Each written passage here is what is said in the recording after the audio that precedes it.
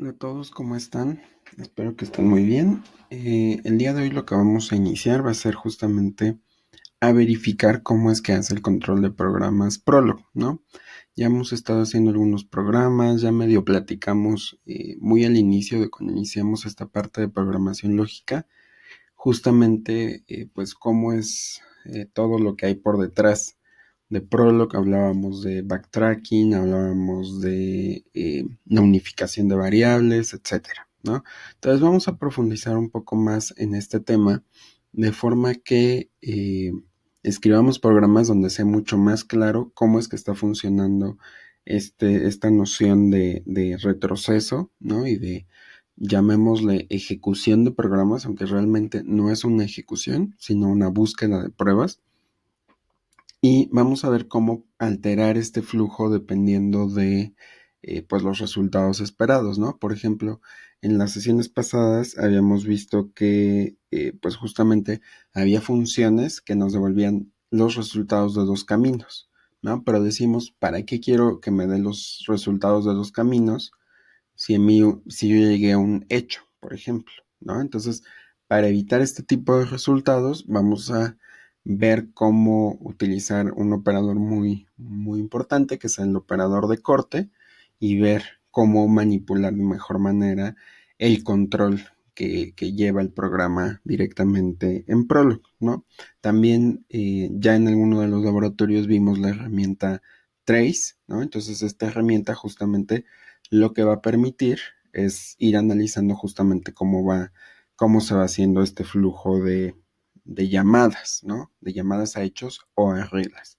Entonces, vamos a comenzar justamente repasando lo que era el mecanismo de retroceso, que lo vimos en la lección 2. Justamente decíamos que el retroceso justamente se genera a partir de lo que conocíamos como puntos de elección. Es decir, si tenemos más de una regla que corresponda con la meta que estamos ejecutando en ese momento, pues el lenguaje tiene que elegir cuál de esas dos reglas utilizar, o tres reglas, cuatro reglas, etcétera, cuál de estas reglas utilizar. Y si una de estas falla, pues se regresa a ese punto de elección. Y de hecho ni siquiera tiene que fallar, porque Prolog busca todos los posibles caminos, ¿no? Entonces, en cuanto termina de ejecutar uno de los caminos, se regresa hasta ese punto de elección, ¿no? Entonces, de esta forma, los programas lógicos hacen uso de lo que conocemos como no determinismo, justamente para encontrar todas las posibles soluciones a un problema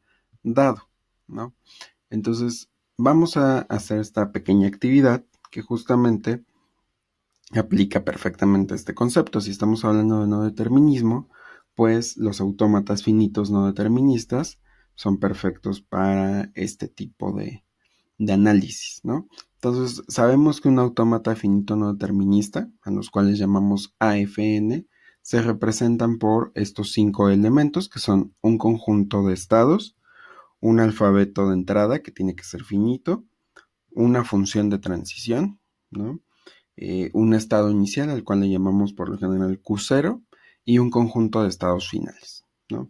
Entonces, lo que queremos es definir un programa a partir de una base de hechos y reglas que me permita modelar autómatas finitos no deterministas, ¿no? Entonces, nosotros decimos que una cadena es aceptada por un autómata de este estilo si tenemos una secuencia, ¿no? de estados a partir de la función de transición, de donde yo tomo el primer carácter sí, el primer carácter de la cadena que quiero procesar con el autómata, y si a partir de ese carácter y el estado inicial voy recorriendo todos los posibles estados hasta llegar a consumir toda la cadena y llego a un estado final, pues decimos que es aceptado, ¿no? En este caso, puede haber más de un camino que acepte a la cadena, ¿no? Entonces, los autómatas por lo general los representamos con vértices y aristas, ¿no? Justamente los círculos representan los estados y los vértices y las aristas lo que tienen es justamente, unen estos estados dependiendo de lo que estén leyendo en la cadena, que son justamente las transiciones. Entonces, y los estados finales los denotamos por círculos dobles, ¿no? Entonces en la nota de clase les puse una imagen. De hecho, déjenme ver si la podemos... no la tengo aquí abierta, pero bueno, les puse ahí la imagen de un autómata, si quieren la pueden checar, y si no, en general, este método que vamos a ver, pues permite definir autómatas de cualquier forma, ¿no? Entonces, antes de que vean la solución, mediten justamente cómo definirían un autómata, ¿no? O sea, necesitan definir cuáles son los estados, cuál es el alfabeto de entrada, cómo representarían aparte estas funciones de transición. Y aparte de todos esos estados que tenemos, necesitamos indicar cuáles son, más bien cuál es el estado inicial y cuáles representan estados finales, ¿no? Entonces, estos autómatas, pues justamente los vamos a representar mediante hechos, ¿no? Entonces, traten de modelarlo ustedes, pónganle pausa al video, mediten un ratito y pues ya vean después la solución.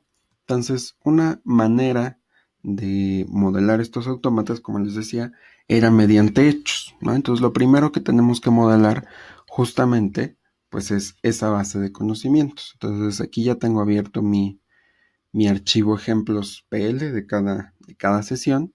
Entonces, vamos a comenzar definiendo la base de conocimientos. Entonces, por ejemplo, yo quiero modelar, de hecho, déjenme ver si tengo, ya abrí Slack, déjenme ver si tengo la nota por aquí, parece que es la nota 6, no es la nota 7.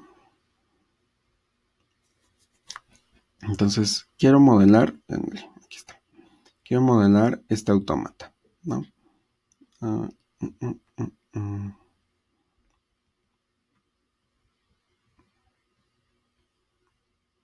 Ok, entonces este es el autómata, tiene 3 estados. El estado inicial justamente es el 1 y el estado final es el 3. Entonces, en este caso, pues ahí ya tiene algunas transiciones definidas, ¿no? que va a ir cambiando los estados dependiendo de qué vaya leyendo de la cadena, ¿no? Entonces, lo que voy a hacer es modelar este autómata dentro de Prolog, ¿no? Entonces, vemos que tenemos 3 estados, el estado 1, el estado 2 y el estado 3. Entonces, vamos a definir eso como hechos, ¿no? Entonces, estado 1, vamos a poner un punto porque es un hecho, estado 2 y estado 3, ¿no? Entonces ya tengo definidos cuáles son mis estados. Ahora hay que indicar justamente cuáles son estados iniciales y cuáles son estados finales. Como bien decíamos, el 1 es un estado inicial y el 3 es un estado final, ¿no? Entonces vamos a indicarlo utilizando hechos nuevamente, ¿no? Entonces el estado inicial es justamente el 1 y el estado final es justamente el 3. Si aquí tuviera otro autómata que tuviera más de un estado final, pues aquí pondría otros hechos que me indicaran que, por ejemplo, el estado 5, por decir algo, ¿no? Que también es final. Entonces, podríamos poner tantos como necesitemos, ¿no? Lo mismo para el inicial, aunque no hay autómatas con múltiples, bueno, al menos los finitos no deterministas solo tienen un estado inicial, ¿no? Entonces ahora lo que necesito representar es justamente cómo se conectan estos estados dependiendo de lo que van leyendo. Es decir, necesito modelar la función de transición y también lo puedo hacer con hechos. No necesariamente tengo que definir una función, ¿no? Entonces, por ejemplo, el estado 1 vemos que tiene una transición hacia el estado 2 justamente cuando lea el carácter B, ¿no? Entonces vamos a decir, le voy a poner así, transición.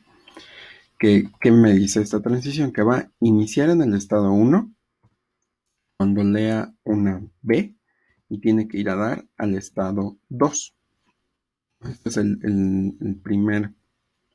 la primera transición entre dos estados. Después tenemos otra transición, por ejemplo aquí, del estado 2 al mismo estado 2 leyendo el carácter A, ¿no? Entonces lo que vamos a hacer es definir la transición del estado 2 con el carácter A al estado 2. Luego tenemos justamente que eso fue leyendo, de hecho está mal, ¿no? Es leyendo B, ¿no? Y se me fue. No es leyendo A, ¿no? Se me fue ahí el carácter, ¿no? Y entonces ahora ya lo puse con A, llegó a 2, pero al mismo tiempo con A puedo llegar al estado 3. Entonces justamente ahí tenemos el no determinismo. Un camino es que me quede ahí en el 2 y otro camino es que me vaya al siguiente estado, ¿no? Entonces vamos a poner esa transición también, que es del estado 2 leyendo A al estado 3, ¿no? Y el último estado que nos falta es del 3 al 2 leyendo B, ¿no? Entonces sería transición del 3 leyendo B y voy a dar el 2, ¿no? Entonces, esta es mi base de conocimientos y pues básicamente ya modelé el autómata, ya tengo todos los elementos necesarios, tengo mi conjunto de estados, tengo mi estado inicial y final, mi función de transición, el alfabeto pues está determinado justamente por lo que va a ir procesando la función de transición, entonces parece ser que ya tenemos todo lo necesario, ¿no? Entonces, justamente ahora ya tengo mi autómata modelado. ¿Qué necesito saber o para qué voy a utilizar el autómata? Pues justamente para determinar si una cadena es aceptada o no por este autómata. Y justamente vamos a utilizar el mecanismo de retroceso para que nos busque cualquier posible camino, ¿no? Entonces, para representar a las cadenas, en este caso, vamos a utilizar listas para que sea un poco más sencillo. Y entonces voy a definir un predicado que se llame acepta, que justamente nos va a devolver true cuando el autómata acepte la cadena que estoy representando mediante una lista, o false en caso de que pues no sea aceptado, ¿no? Entonces este predicado, ¿no? que le voy a poner aquí un comentario, que le vamos a llamar acepta, va a recibir una cadena, le voy a poner S, que indique si una cadena, bueno, si S, más bien, es aceptada por el autómata que estamos definiendo. Ahora vamos a poner AFN, ¿no? Entonces, acepta va a ser un predicado que recibe una cadena, ¿no? Simplemente.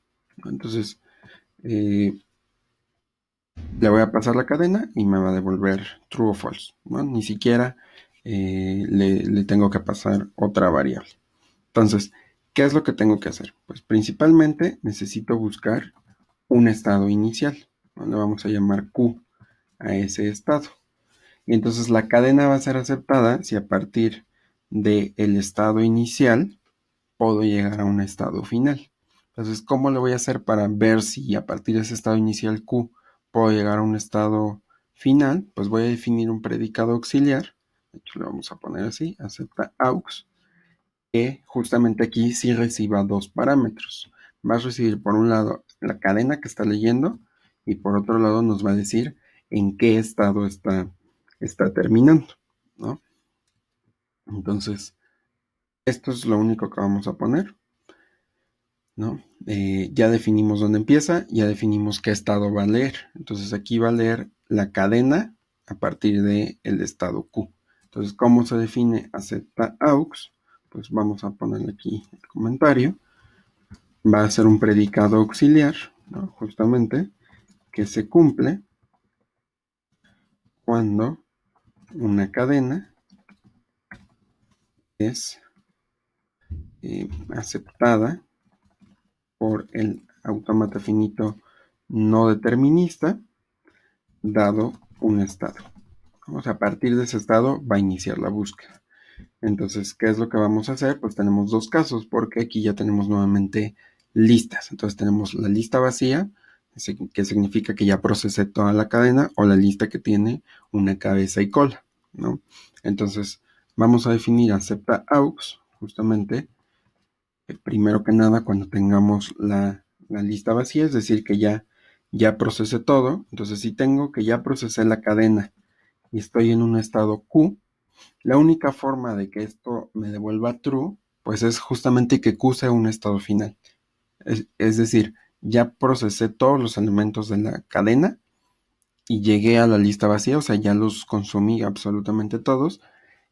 Y Q puede que sea de dos tipos, puede que sea un estado final o que sea un estado común y corriente. Si es un estado común y corriente, pues significa que la cadena no va a ser aceptada, pero recordemos que en Prolog no vamos a poner los casos cuando sea falso, ¿no? Entonces vamos a poner el único caso cuando sea verdadero. Entonces en este caso sería cuando Q sea final, ¿no? Entonces es un caso muy simple, es decir, ya consumí toda la cadena, pues la única forma de que la cadena haya sido aceptada, pues es que haya llegado al estado final.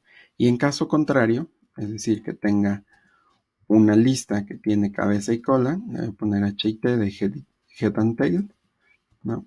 Y un estado Q, la única forma de que esto sea verdadero es que haya una transición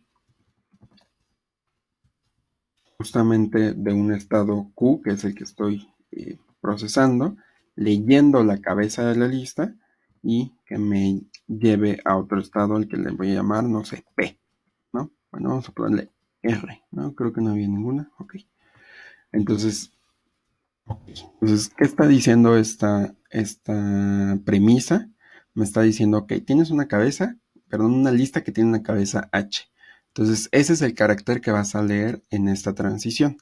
Ya sabes que estás en el estado Q0. Entonces, lo que vas a buscar es un estado que a partir del estado en el que estás posicionado, que en este caso es Q, leyendo el primer elemento de la cadena, te lleve a R, ¿no? Y entonces, si ya estás en el estado R, pues lo que tiene que pasar es justamente que la función de transición pues llegue a un estado final recursivamente. Entonces lo que vamos a hacer es justamente acepta aux, ¿no? De el resto de la lista, que en este caso sería P, ¿no? Porque es el tail. Ya procesamos el primer elemento, se lo quitamos y ahora procesamos la cadena sin ese primer elemento. Y ahora el estado donde vamos a estar posicionados, pues es justamente R, ¿no?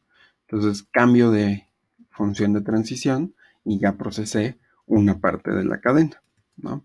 Entonces aquí tenemos justamente ya definido el proceso de aceptar o no una cadena. Y ya, con estas simples reglas, ya modelé un autómata, ya modelé sus estados, ya modelo si va a ser aceptada o no. Entonces vamos a hacer algunas consultas para que me crean que sí funciona. Entonces, ejemplos.pl, ya lo cargamos y ahora vamos a ver si, por ejemplo, acepta a la cadena B, A, ¿no? Entonces, si vemos el autómata, pues justamente si estoy en el estado 1 y leo una B, pues llego acá. Si leo una A, llego al estado 3, que es un estado final, aunque también me podría quedar aquí en este loop, ¿no? Entonces lo vamos a ejecutar y nos devuelve justamente true, ¿no? Porque llegó a un estado final. Ok, ahora vamos a probar, por ejemplo, la cadena BAA, va. Entonces, justamente, si tenemos BA, en este caso le paso la B, proceso la A, y se queda aquí, pero si consumo esta otra A, pues también puedo llegar al estado final, ¿no? Y de hecho, es como el único camino que podríamos tener, ¿no? Entonces lo ejecutamos y nos devuelve por un lado true, ¿no? Que es el camino que les estoy comentando, o el otro posible camino es que me quede aquí mismo, ¿no? O sea, que se quede en un loop, ¿no? Me equivoqué, les había dicho que era el único camino, hay otro, ¿no? Entonces, si se queda ahí en el loop, pues no va a devolver true, ¿no? Entonces, si le ponemos punto y coma, pues me devuelve false, ¿no? Entonces, ahí tenemos un camino que sí y un camino que no. Y de hecho, la consulta anterior también tiene dos caminos. Ajá.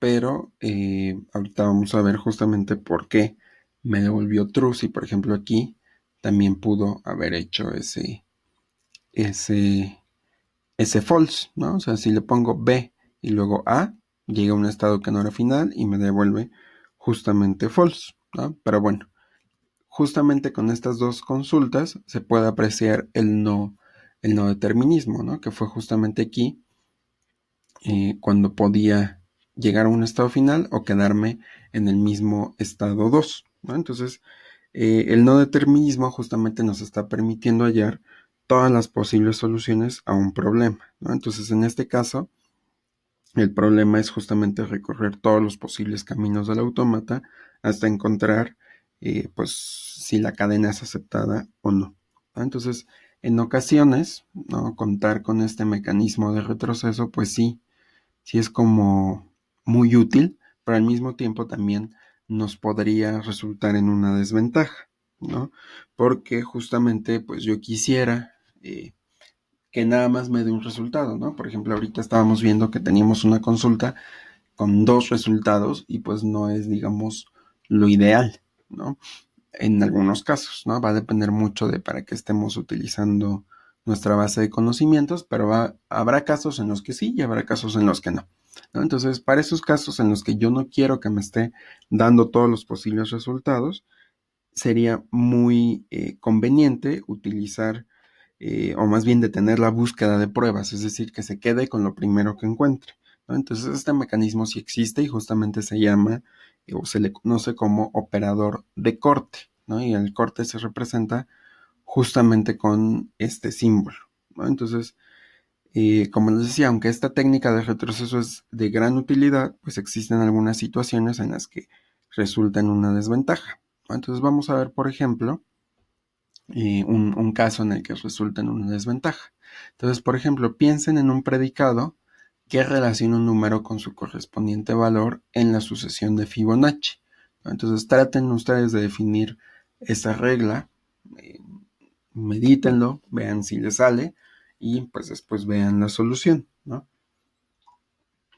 Entonces, Fibonacci es, por obvias razones, un predicado recursivo, ¿no? Lo voy a definir aquí abajo. Vamos a ponerle su comentario. Predicado Fibonacci de NF que relaciona un número n con su diente valor f en la sucesión de Fibonacci, ¿no? Entonces, básicamente el predicado se va a leer como el Fibonacci de n es f, ¿no? Entonces acuérdense que en Fibonacci tenemos dos casos base, que es cuando n vale 0 o cuando n vale 1. U otra versión de Fibonacci es que tenemos dos casos base donde n es igual a 1, ¿no? Entonces ahorita vamos a utilizar la de que el caso base es 0 o el caso base es 1. Entonces uno diría, ok, entonces si ya tengo mis casos base bien definidos, pues vamos a ponerlos como hecho y ya no tengo que probar nada, ¿no? Entonces, ok, pues vamos a definir Fibonacci de 0 es 1, punto, ¿no? Se acabó, hasta ahí, ¿no? Fibonacci de 1 es 1. ¿Ok? Entonces ahora vamos a hacer el Fibonacci de n. Entonces el Fibonacci de n, vamos a ponerle aquí, es f, siempre y cuando, ¿qué pase? Pues recordemos que el Fibonacci se define en términos de los valores anteriores. Entonces necesito ver quiénes son esos valores anteriores y después, pues, mandar a llamar a Fibonacci con esos valores. Entonces vamos a utilizar el operador is para ver para encontrar justamente esos valores anteriores que les vamos a llamar N2 y N3. Entonces, N2, ¿quién va a ser? Pues va a ser justamente N-1 y N3 va a ser N-2. Entonces ya tengo esos valores. Ahora vamos a mandar a llamar a Fibonacci con cada uno de estos, ¿no? Entonces, Fibonacci de N2 es, digamos, F1, ¿no? Fibonacci de N3 digamos que es F2, ¿no? Entonces ya encontré el Fibonacci del elemento anterior, ¿no? Uno anterior y el Fibonacci de dos anteriores. Entonces, ¿cuál es el Fibonacci de n? Pues va a ser la suma justamente de estos dos valores que acabo de encontrar. Entonces, f es justamente f1 más f2, ¿no? Entonces ya definí mi función Fibonacci, parece ser que está correcta, ¿no? Entonces vamos a ejecutarla. Y por ejemplo, vamos a hacer la consulta de Fibonacci de 3 es F, ¿no? Por decir algo. Entonces lo ejecutamos y vemos que el intérprete justamente nos está diciendo que F es igual a 3, cosa que sí es correcta, pero nos estamos dando cuenta que la consulta no finaliza. ¿Por qué? Vamos a poner el punto y coma. ¿Y qué nos está diciendo Prolog? Ni siquiera nos está diciendo que la rama o que la prueba que estoy construyendo por otro camino falló, sino que nos está diciendo que el stack se está acabando, ¿no? Entonces es como confuso que esto pase, ¿no? Sabemos que el Stack Overflow ocurre cuando tenemos llamadas que se siguen reduciendo y que nunca llegan a un caso base, pero eso no debería pasar justamente porque pues sí estamos llegando a un caso base, ¿no? O sea, yo ya definí aquí mis casos base.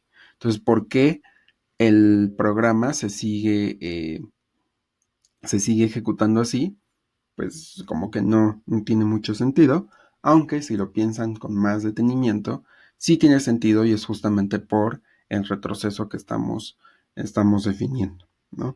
Entonces, ¿cómo sería este retroceso? Pues vamos a analizar más o menos la consulta con un caso más chiquito, ¿no? Porque si analizamos el de Fibonacci de 3, podríamos tardarnos un poco más.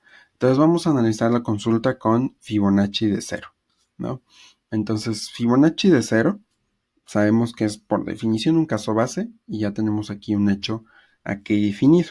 Entonces, tenemos un punto de elección. ¿Por qué? Porque tenemos por un lado el hecho, ¿no? Que sí corresponde perfectamente. Estamos consultando el 0, o sea, estamos haciendo esta consulta.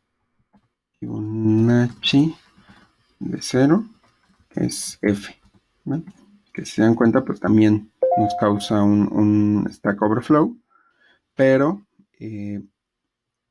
aquí pues es más corta la llamada, ¿no? Si se dan cuenta, aquí nos está mostrando incluso valores negativos aquí también, ¿no? Entonces, ok, estoy buscando esta prueba, esta es mi meta en este punto. Entonces, esa meta corresponde justamente con la conclusión de dos reglas. Corresponde con esta, justamente porque empieza con 0, entonces tal cual ese es un caso. Y en el otro, pues tenemos un número n cualquiera y queremos encontrar su f. Entonces coincide con esta regla y con esta regla. Entonces tenemos un punto de elección. Entonces el punto de elección me dice, ok, voy a irme primero por la primera opción, que sería justamente esta, ¿no? Y dice, ok, esto es un hecho, entonces f es 1, que es justamente lo que me está reportando la primera consulta. Me voy con el siguiente caso. N es f, ¿no? Entonces, ¿quién es n? Pues en este caso es 0. Y f, pues es el valor que estoy buscando, ¿no? Entonces, si n es 0, n2 que es n-1, pues va a ser menos 1. Y n3 va a ser menos 2.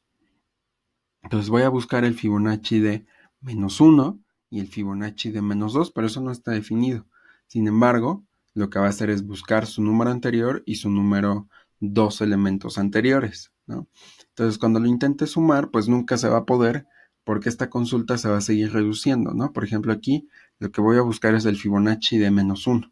Entonces va a buscar su N2, que es justamente menos 2 y menos 3. Y luego a su vez vamos a encontrar en alguna otra llamada menos 2 y menos 3, luego menos 3 y menos 4 y menos 5, y así. Nunca se va a reducir a un caso base porque el caso base es justamente 0 y 1. Entonces la consulta se cicla ahí eternamente y como no tenemos hechos definidos para números negativos, pues Prolog ahí sigue restando y restando, generando llamadas a submetas dentro de la pila de llamadas a función. En algún punto el stack ya no aguanta pues tantas llamadas y se desborda. Y justamente por eso estamos encontrando este error en el ejemplo que estamos viendo, ¿no?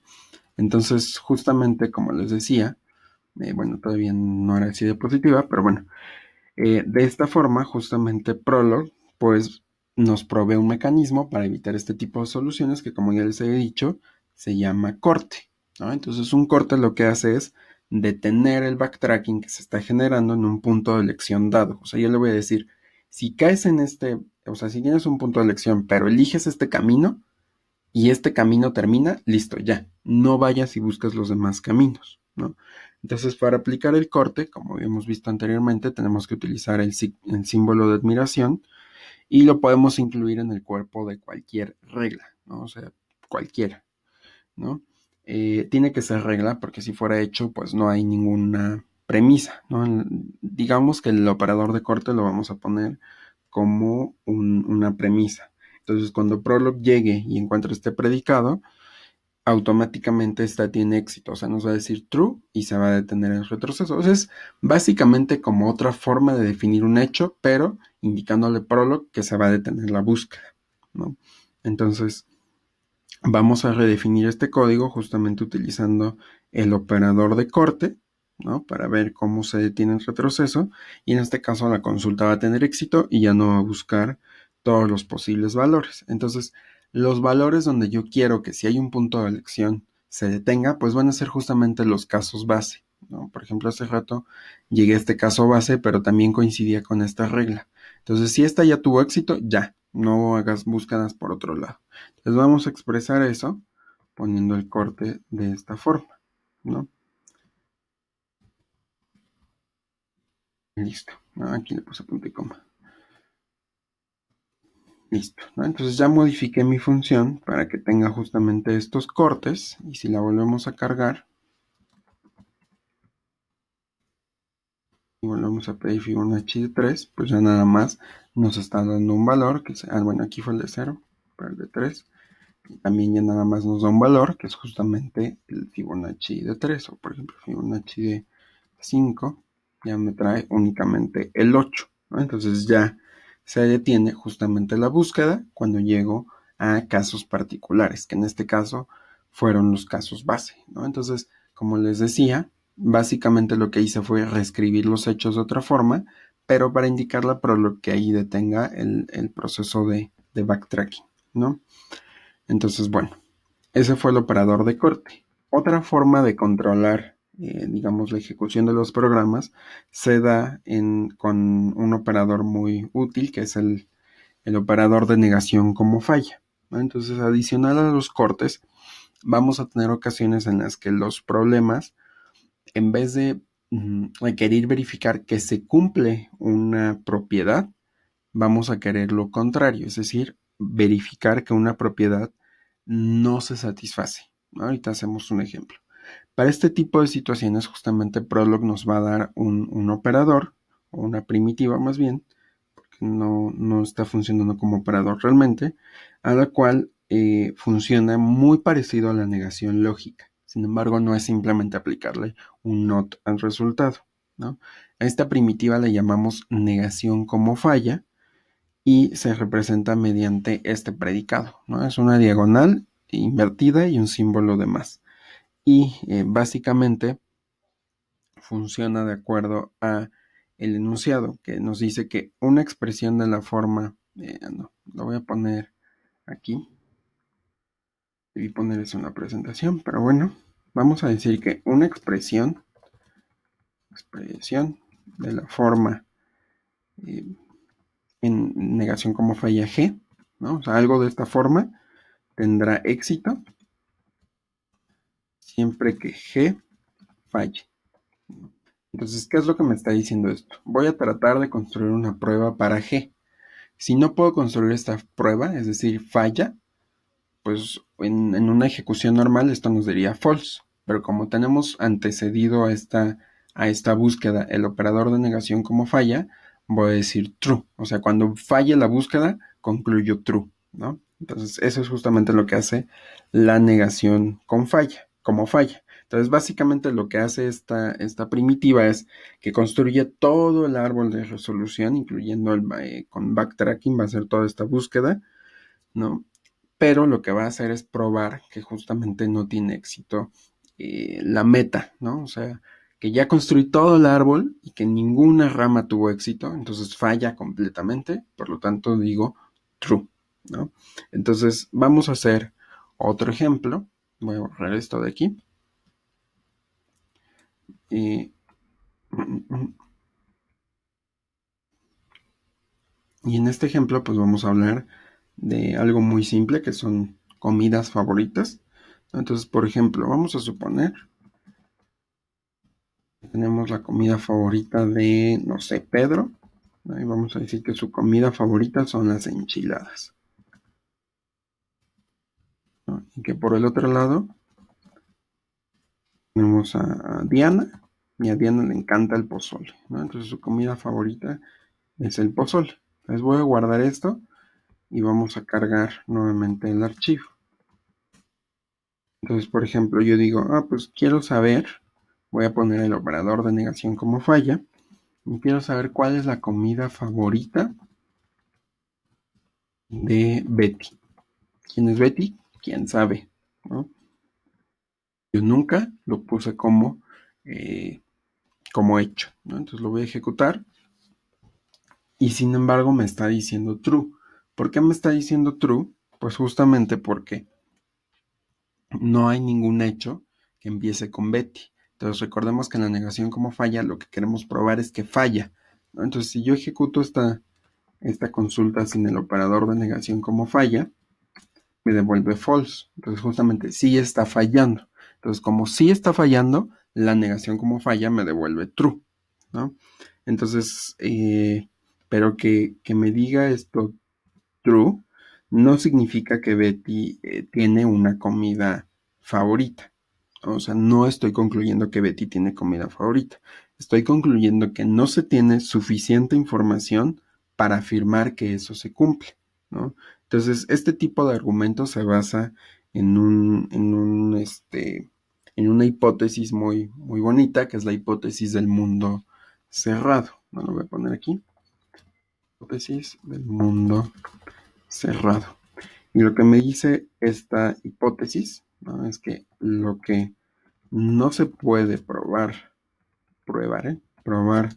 como cierto, se prueba como falso, ¿no? Eso es lo que dice la hipótesis del mundo cerrado. Entonces, realmente, el símbolo este que estamos utilizando, lo que representa es a este símbolo. Déjenme lo pongo aquí en la nota, porque no sé por qué no lo puse en la presentación. El Manuel del pasado decidió que era una buena idea no ponerlo, pero bueno. Entonces, justamente, esto quiere decir que si no puedo probar G, pues puedo probar su negación, ¿no? Entonces, esta simbología que tenemos aquí, este símbolo que está precediendo a G, es justamente el símbolo de negación como falla, ¿no? O sea, si lo ven ahí eh, cerrando los ojos, es exactamente el mismo símbolo, ¿no? Entonces lo que quisieron hacer al poner la negación como falla, pues fue justamente representar esta notación justamente a partir de la hipótesis del mundo cerrado, ¿no? Y algo que es importante observar, ¿no? Es que la negación como falla, por obvias razones, no instancia variables. ¿Por qué digo que es por obvias razones? Pues justamente como no tengo, o más bien como la consulta original está fallando, pues ¿qué variables se están unificando? Pues absolutamente ninguna. Lo único que hace el operador de negación como falla es decir que eso es verdadero, es decir, que no tuvo éxito la consulta. Entonces no tiene forma de unificar variables porque no existe ningún camino que unifique a esas variables, ¿sale? Entonces, pues bueno, esas son dos formas de llevar digamos, el control de un programa en Prolog. Si tienen dudas, como siempre, pueden dejarlas directamente en el Classroom o colocarlas aquí en los comentarios del video y pues nos seguimos viendo en otra lección. ¿Sale? Se cuidan. Bye bye.